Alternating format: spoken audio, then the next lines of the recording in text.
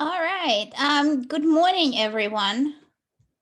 Hopefully you can see me and you can see my screen. Could someone give me a shout that you can hear me, you can see the screen with the syllabus?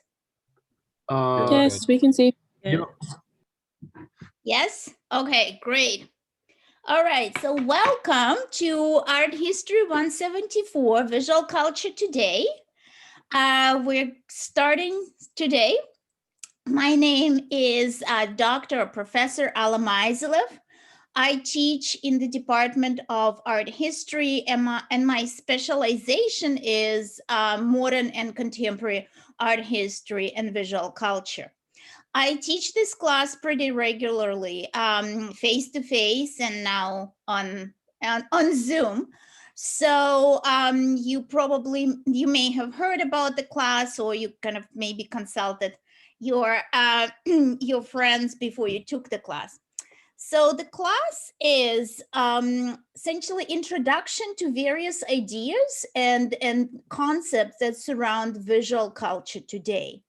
And our goal today will mostly be talking about what is visual culture, what constitutes visual culture. So my plan for today, we only have about 45 minutes, is to go over the syllabus because let's face it, it's a first week, so you need to know what you're getting yourselves into. So I'm gonna go over the syllabus. I'm gonna show you what I have for you on Canvas, and then in the remaining time, I'm going to just kind of talk about the course content, etc. Questions, comments before we start?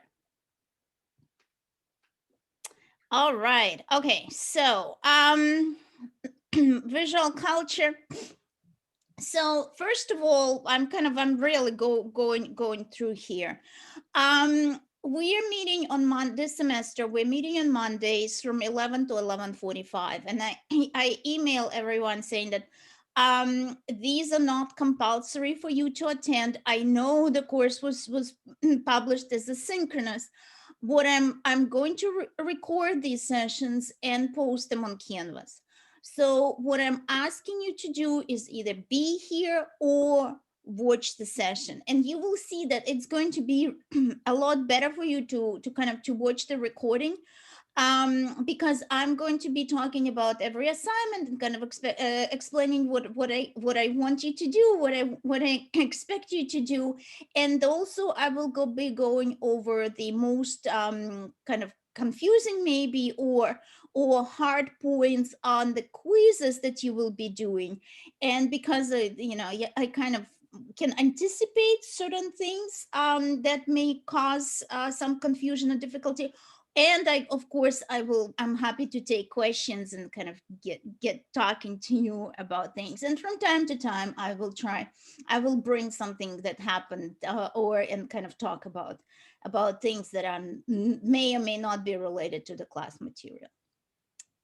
So those are the sessions. So yeah, no, you don't have to attend them, but yes, you should. If you don't attend, you should watch them. Okay, so the rest of the things, what I have here is kind of my availability. So the course is mainly synchronous. I have Zoom recordings for you of the lectures, kind of going through PowerPoint. So on Canvas I'll show you. I have PowerPoint separately, and then recording of me talking about PowerPoints, etc. My office hours are Mondays from 7 to 8 p.m. and Thursdays from 10 to 11 a.m. I'm not kind of going to be sitting by the Zoom necessarily, but if you email me, I'll get connected right away and invite you to a session. If you want to do it in advance, or if you cannot make those times, just email me, and or invite me through my Google Calendar, and we'll talk about what you need. What I don't have here, but I will, is that we have 2 teaching assistants for this class. Rachel and Juliana, and they will be emailing you separately, introducing themselves. Both of them had taken this class before, and both of them are excellent. They are take a lot of classes in art history department. And they will be helping me with answering your questions, marking, talking to you, preparing you, etc. So they will email you separately, introduce themselves, and tell you when they are available. Okay. Any questions so far? All right. Okay. So if you need accessibility of any kind, please contact me, but also contact Dr. Amy Fisk, Assistant Dean for Accessibility, and we will figure out how we can help you best. So if you have a letter from the accessibility office, please email it to me as soon as you can so I can adjust. If you require extra time on quizzes or anything else, please just email it to me as soon as you can so we can start kind of talking about that. All right.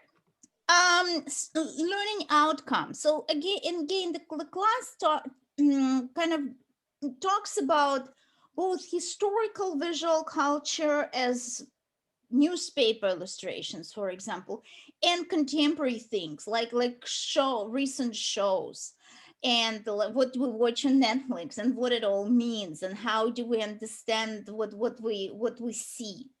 So my goals for you is kind of identify examples of visual culture from various different cultures, analyze technique, media styles, and genres in a global perspective. So we'll look at different examples of different visual culture from different cultures, and we also will talk, especially towards the end, about globalization. I want you to be able to conduct kind of comparative and historical analysis of visual culture. So kind of compare and contrast what changed, how it's different, understand relationship between visual culture and society, again, from a global perspective. How are we becoming more and more indoctrinated, right? And how do we also help that process in a way or challenge that process? And recognize the interpretive nature of visual studies as a discipline. So it's very subjective. It's not objective at all. It is constantly changing. I have to tell you, I started teaching this class in 2015, and I updated my slides, and the book had seen since, I think, 3 different editions, and I've updated my content and my presentation at least every year because things change. I'm dealing with contemporary material. Things change, and I want to add or take away things all the time. Okay, so those are kind of like bigger goals at the what I want you to do at the end of the course, to know at the end of the course. Okay, so our textbook, our like main text of the course is practices of looking. Anybody had any difficulty getting that? Because someone emailed me at some point saying that the bookstore doesn't have it, and they said they did. So anyways, they are available. This is a very popular book for this type of course, and it's used in many different institutions, colleges, and universities. So I don't think you will have problems getting it. What I want you to try to get as much as possible is the 3rd edition. Don't go for the first. If you really must, go for the second, but I don't recommend it. We're dealing, they change, and you need the material, up to date the material, which it corresponds to the quizzes of that you will have. So get that. You can rent it, you can get a digital copy if it's available, etc. Now, the first chapter of the book is scanned and posted for you on Canvas. So you have a little bit of time. So this week is the introduction, and next week is chapter 1. So you basically have a 2-week leeway before you really need the book.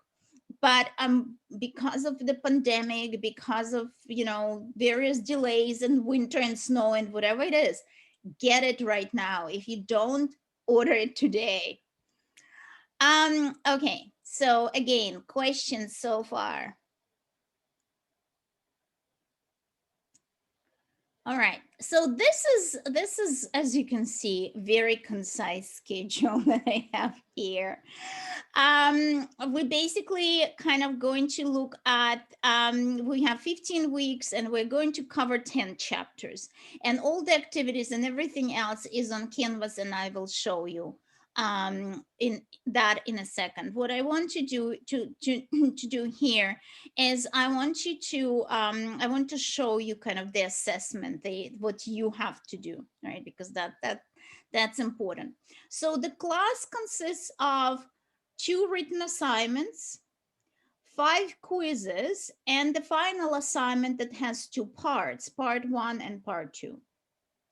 So the 3 written assignments, each worth 10%, kind of highlights. I call the module for chapter, and they kind of highlight and narrow down to a particular issue related to that particular chapter. I think we're doing 3, 6, and 9, and kind of going. It will present to you set of different reading material. So YouTube videos, not reading, watching, one academic article, some non-academic sources, and then it will ask you questions to connect all these.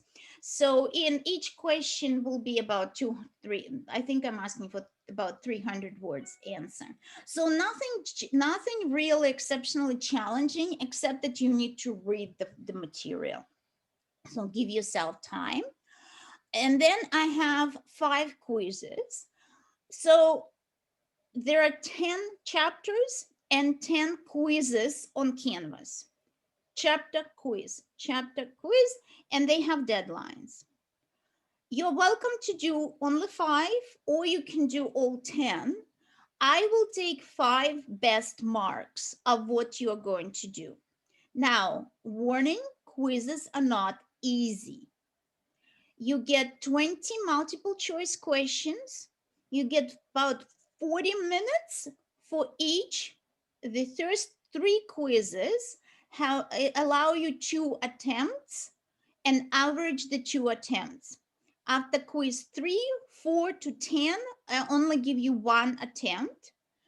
And I will help you as much as I can to prepare, and this is where you really have to decide whether or not you want to stay in the course realistically, because quizzes are difficult. It's half of your mark, and it requires, you're going to be fine if you are able to read the chapter twice, take notes, kind of do cue cards, study for that. If you know that you're not, that's not what you are strong at, it's not what you want to do, etc., rethink that, because this is a lot of work. That's where in terms of kind of just sitting and concentrating and really doing work. Okay, and then the final assignment. The final assignment is very different. You don't have to sit down and work on that too long. It's more of a conceptual thing. What I'm asking you to do for the final assignment, for the part 1, you work individually and you create an essay in images. So the only thing you do is you give me 1 or 2 sentences of your thesis statement. And then the rest is only visuals. And I will have very detailed description of what I want, template, kind of argument 1, this many images, argument 2, this many images, conclusion. But you tell the story only in images. So we're learning about various theories of visuality, of how we see things, and then you put it in practice. Then you put it all together as a visual essay. So you can find those anywhere, the images for your essay, anywhere you want, Instagram, Snapchat, anywhere on World Wide Web. It's about conceptually creating narrative that has to do with visuality. It's a telling story in images. Things on the web are done that way all the time, and very often they're done really well. I'm challenging you not to use basically any words, which is not easy, but it's kind of a fun thing to try. Okay, so that's 10%. The other 10% comes from once you each of you will do that, post it on Canvas, and then I'm going to ask you to choose 3 essays by 3 different people, obviously, and recreate that. So what do you think they mean in argument 1? What do they think they mean in argument 2, etc.? So for each argument, just a couple of sentences. So essentially someone tells you the story in images, and then you kind of quote unquote translate it into words. Okay, so these are the 2 parts of the final assignment. Questions?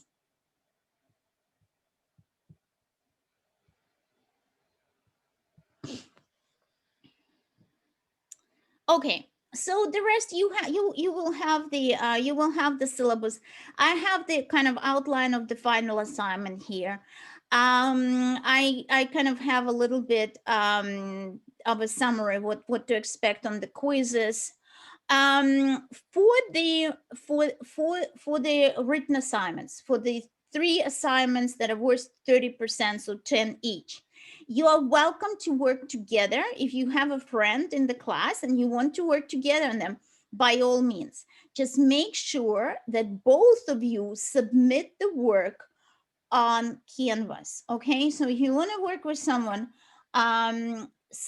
do the work. I know it will be identical. Put both names down, and then each individual submits separately. So I know, okay, Jane and Rachel work together, and I know that I need to kind of look at them together. That's fine for me as long as I have I understand what I'm looking at, and I'm not seeing that Rachel's work is missing. So just kind of logistically. So you cannot do quizzes in a group. There is kind of like some explanation here.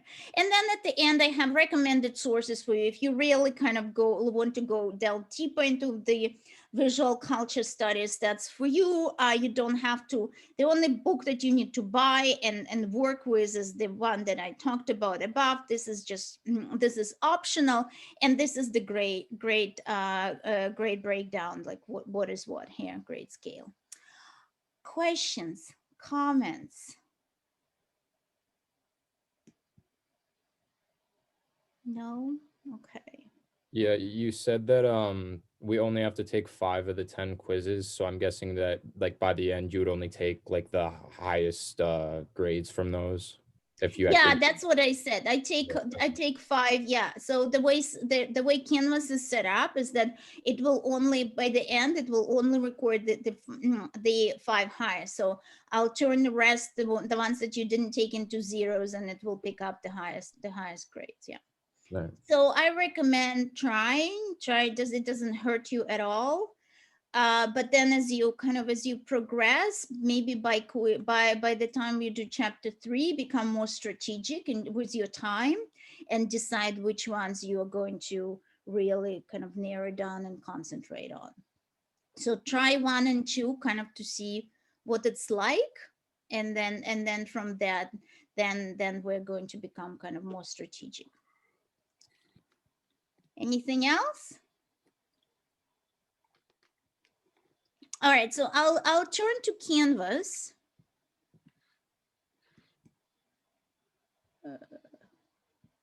No, don't do that to me.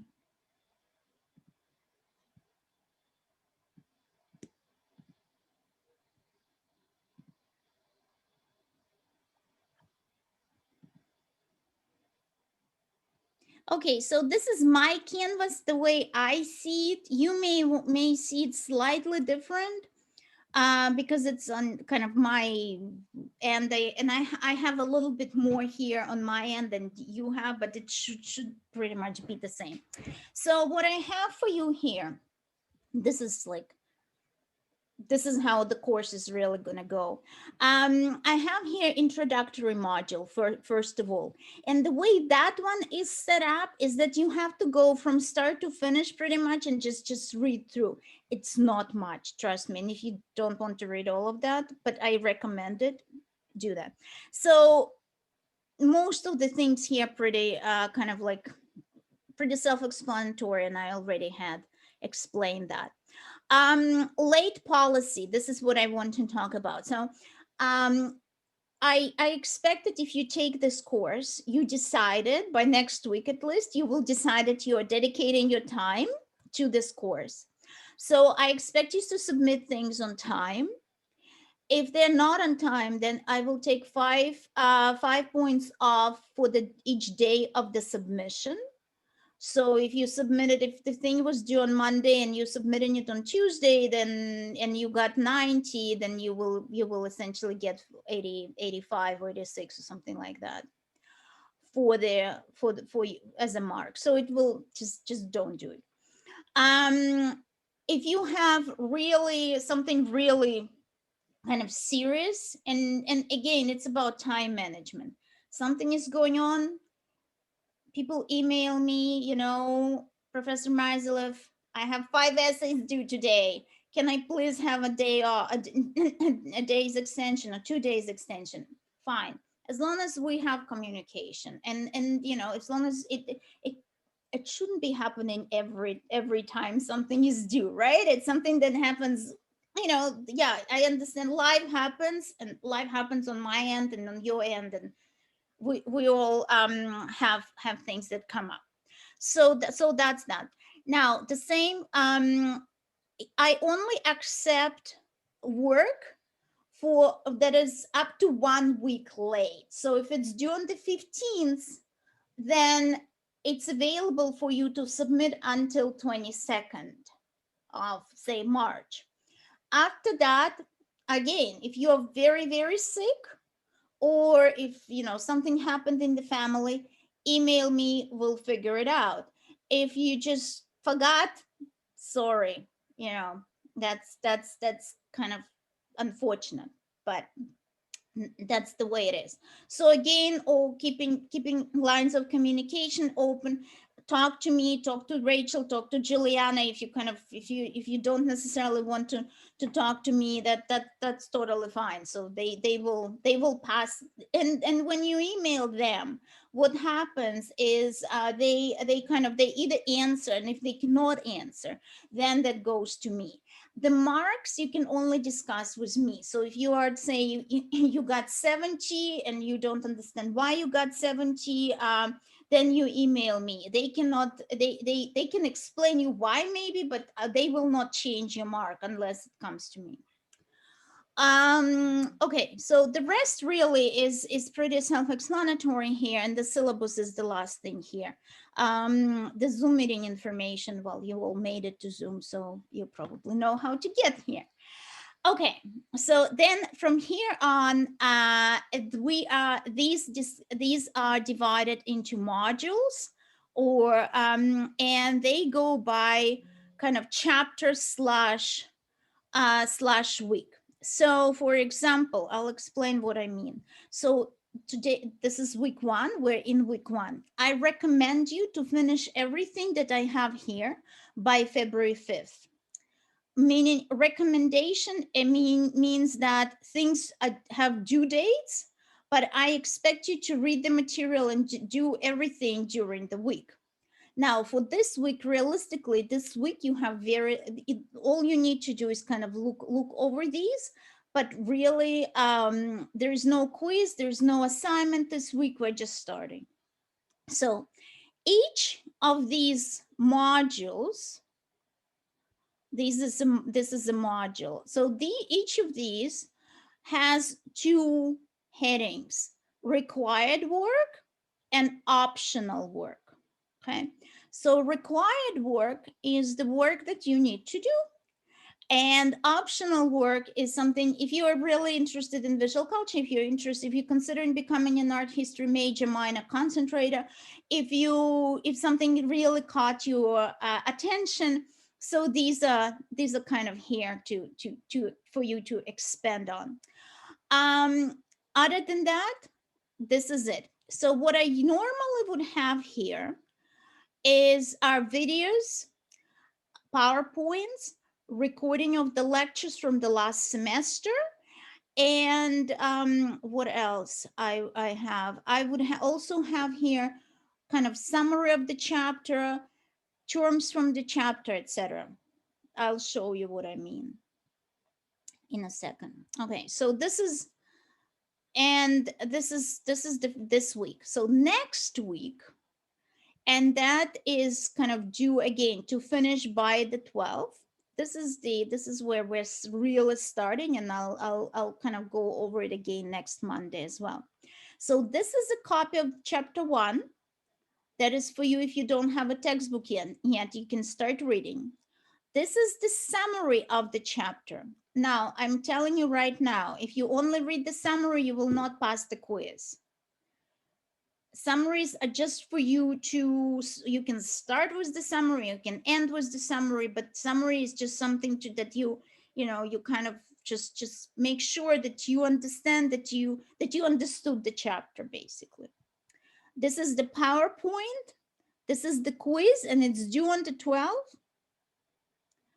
And then there are a couple of things here that will help you. So these are the 2 lectures on the chapter where I go over most of the information that will prepare you for the quiz. Not all, but a lot of it. And then I also have here a little video for you about semiotics. And this is what we do in chapter 1. We start with semiotics, and it's pretty. Next week on Monday, I'll talk a lot about that. So I suggest, even if I don't, I'm going to just move it here for you. But even if the quiz is not at the end, the quiz is the last thing you do after you've done everything else for that module. Okay, so do everything else, then do the quiz. Questions? Is any of the optional work like extra credit at all, or no? No, it's no, it's optional. It's just, those are just mainly material. Extra credit, we'll see. I will see how. I don't have planned extra credit here, but I also, every group, like really every class, every group is different. So we'll see how you do it. It's the first time I only require 5 quizzes. To be honest, every other time that I taught it, I required every single quiz, and then they took like 9 or 10 best ones. So I'm hopeful that it's I did the same for intercession this year. I just asked for 5, and it worked well. But I'm not saying I will not give you extra credit. I'm not saying I will. I'm kind of leaving it as an option. So, but right now, optional work is exactly what it is. It's optional work for you to. There are some really kind of fun videos. You cook dinner if you want to, kind of watch something. That's one of the things. Any other questions? Yes. Where could we find the teaching assistant's contact information? The teaching assistants will email you. We will have a meeting today after this class, and they will email you their emails and information. So just keep an eye on the email. Which brings me to another point. In terms of the communication, I'm going to use chat that is here quite a bit. So if for example, I'm getting an email and it feels like that information could be good for everyone in the class, I'll answer in chat. If you want to ask me here on chat, me or Juliana or Rachel, please. So it's in many ways it's much better than email. So I check my email obviously every day, many times a day. I will definitely check chat during the week every day. So do the same, kind of keep an eye. Now with the email Canvas notifications, I know some of you have, like, people have different setups. I communicate with you through Canvas because it's a big class and I don't necessarily have everyone's emails. So if I email you something, email everyone in class or you individually, it goes into your Canvas account, and then you need to set up notification that you got this email. I don't know how to set it up. It was set up for me. So if you don't, and if generally something doesn't work on Canvas, then you have to email Canvas support. When you start typing in your email Canvas support, something will come up, and et cetera, et cetera. Okay. So just so you know, you're welcome to email me. I will answer you as as quickly as I can. I usually by my computer and very close to my phone during the day. To be honest, also at night. I'm not a morning person, but weekends I try to take off and do other things. But you can email me anytime.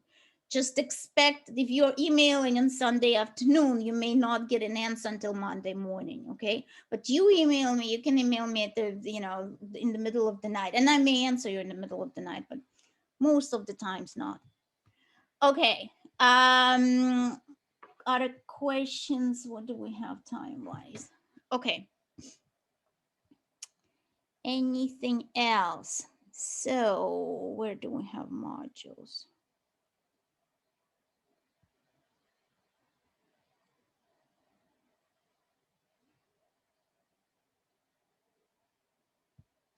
My computer just said, okay, so the reason I'm kind of coming down here is because I'm showing you what we have here.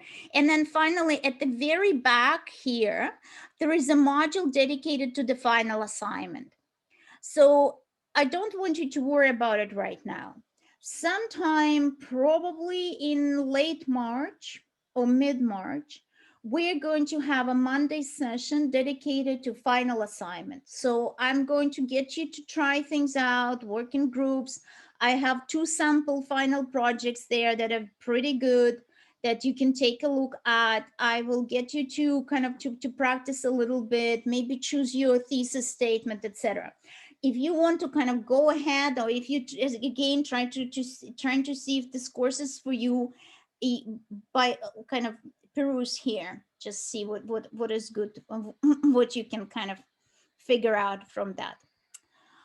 Okay, so if we don't have anything else, then what I want to do now is I want to talk about, and I'm going to see if I can, hold on one second. To see if I can open my PowerPoint. I want to start kind of like at least talking about visual culture to give you a sense of what we're doing.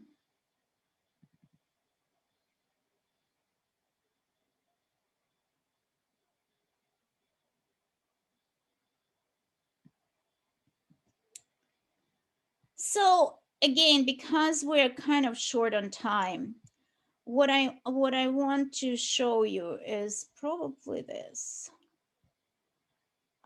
kind of the idea of the selfie. So I want to kind of, can you see the cat? Yeah, okay. It's a very silly cat. It's very silly picture as well. But I think what I want you to kind of to get a feel of today and this week in general is, what is it? You're presumably entering in a completely new discipline. So what is it that we're going to study, and how do we get there? So we're looking at images every single day. We get a lot of information from images. We post images, some of us incessantly. So what does that mean? What does it mean to be surrounded by all this kind of visual information? But also, what does it tell us? And how do we actually decipher meaning from this? So one of the things that we do constantly now is we represent ourselves. So the idea of, I'm going to change it to something a little bit less kind of less jarring for now. And I want you, don't look at the image, just think about the word representation, the English word representation. So, right, so the word means to present something, but there is a prefix represent. So you take something that is real, maybe, or something that is in your mind, something that is kind of comes out of what you think, and you present that to others, right? Representation. So you present something. It's a process of translation. Representation is a process of translation. The same way you take, if you speak Spanish or French or Mandarin, you would take the text and you would translate. And if you try to translate anything of any value, even a little small simple dialogue, you know, when you translate, you have a lot of decisions to make because things do not translate one to one. Usually there are conventions of language, and that is exactly what visual representation, when we photograph something, we make a lot of choices, so many choices actually, that we don't even think about, right? So this stupid, sorry, excuse my language, but it is a silly stupid selfie, showing to what extent people sometimes are ignorant. It doesn't matter what's going behind. It's me in this image that is important, right? So that selfie, it had so many decisions that the artist, presumably the cat, had to convey, or had some, like it had to make before they actually kind of showed us the selfie. So images are very, very powerful, but also the absence of the image or absence of something is also very powerful, and that's why I had this here. Bahrain, of course, is the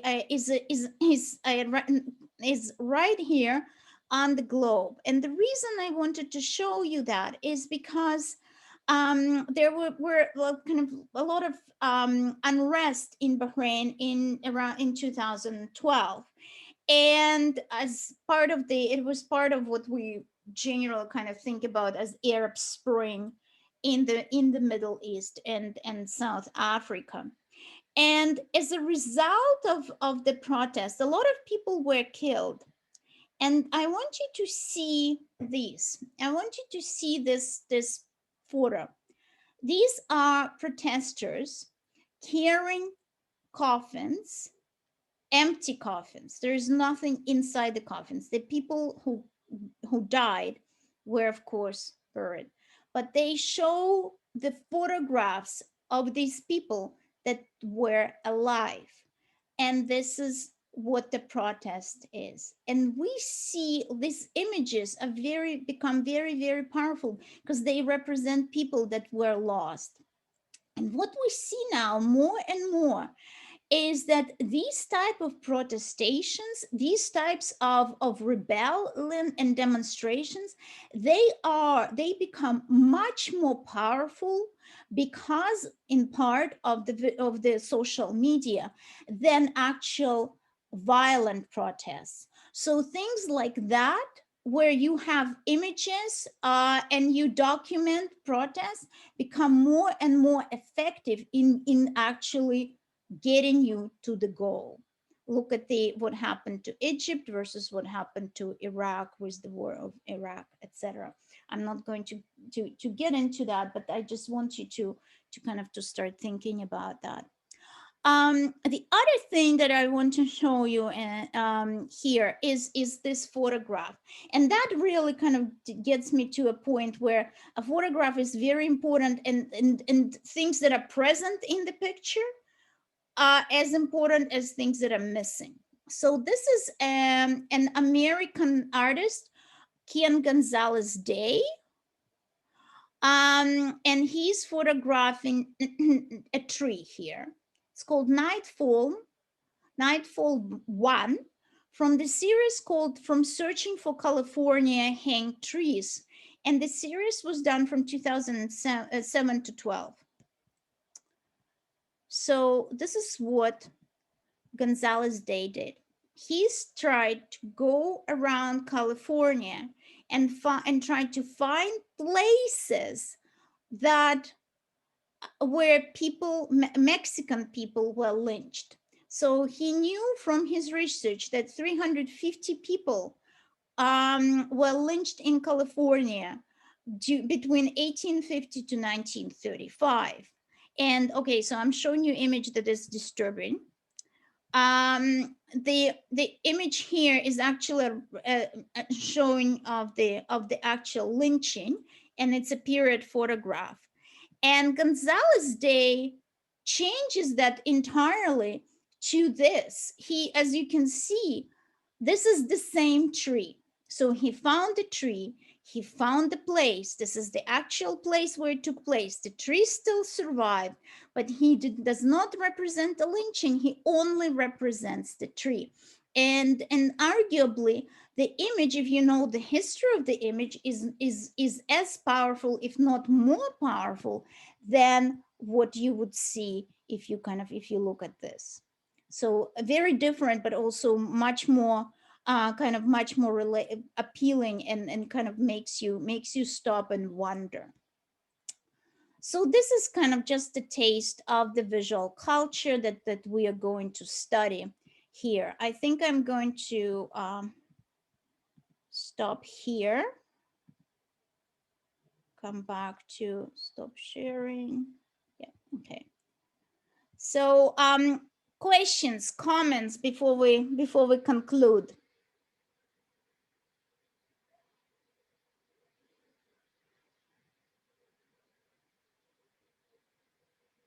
No? Okay. So email me if you have questions. Rachel and Juliana will be in touch. Again, I will see you all on Monday. If you cannot be here, then watch. If you came late, then watch the beginning. If you, after you watched it, if you have questions, email me. Have a wonderful day and good luck in this with this semester. Thank you. Thank you. Thank you. Have a good day, Professor. Thank you, you too.